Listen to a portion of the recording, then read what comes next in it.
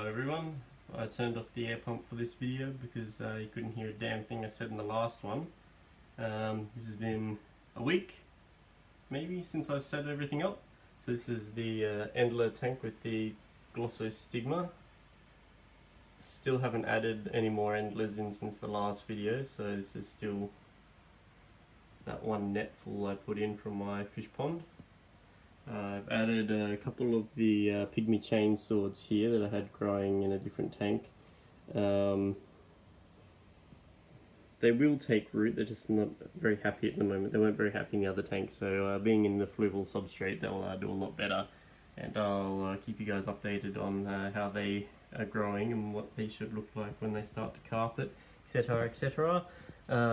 These are my red guppies. In my last video I pointed out that they had a parasite infestation. They're looking a lot better at the moment. You see they've got nice round stomachs, and this is only after a week of having been dewormed. It makes a huge difference. I've got to redose them again next week, just because you've got to allow a little bit of time in case there's any parasite eggs that have overwintered. But the hair grass, it's taking off. It's already grown a few centimeters.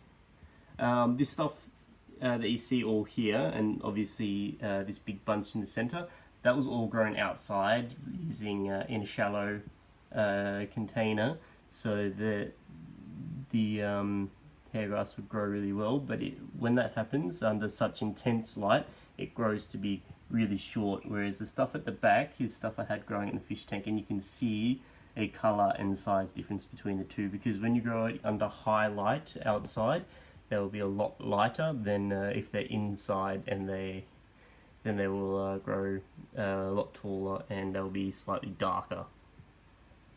So the Hygrophila compacta still growing. Down here I finally set up this tank.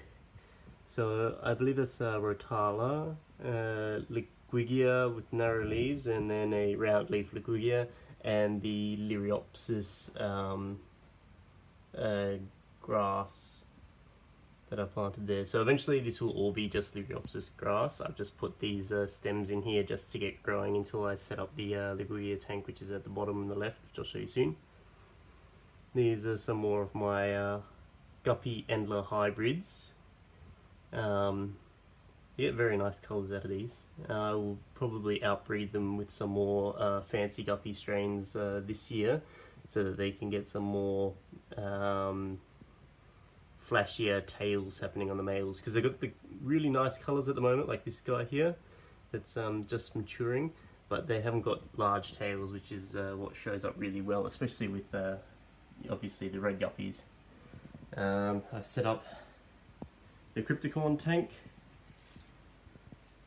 Cherry shrimp swimming here. There's some mosaic guppies in this tank. There they are. And then over this side, one at the back.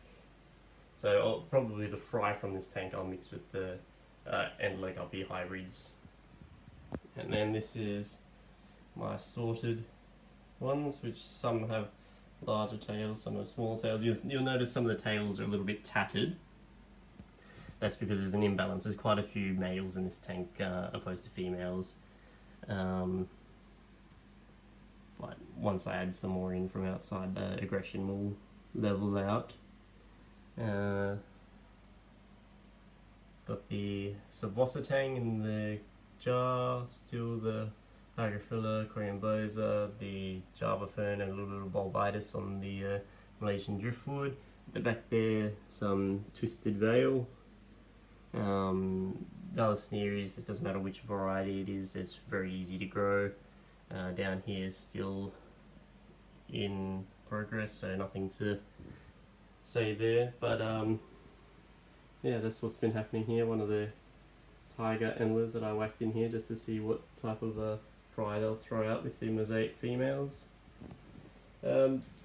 Just a quick thing on how I feed so many fish.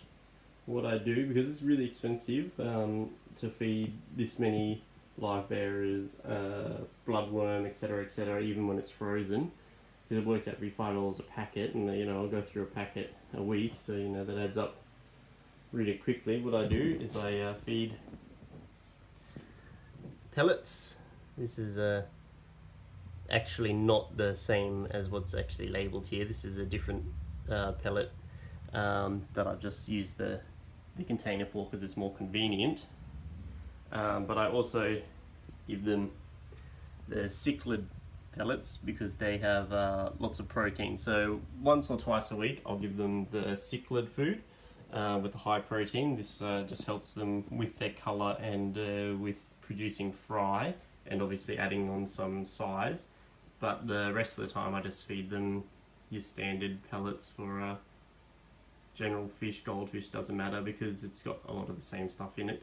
A lot of live bearers, as you can see now, they're picking on their air tubing. They eat algae, so the tanks usually stay very clean when you've got a whole bunch of live bearers. What they add into the fish food for algae eaters is called spirulina, and that's largely what is in the goldfish and flake foods that you feed them. So that's why I just supplement it occasionally with the cichlid food, just because the higher protein also just lets them be a bit healthier. You don't want to feed them that all the time, otherwise you'll end up having problems with the fish and their digestion, etc, etc. A lot of cichlid keepers already know that. So this is just the update of what's happened. Hope you guys enjoy. Please leave a comment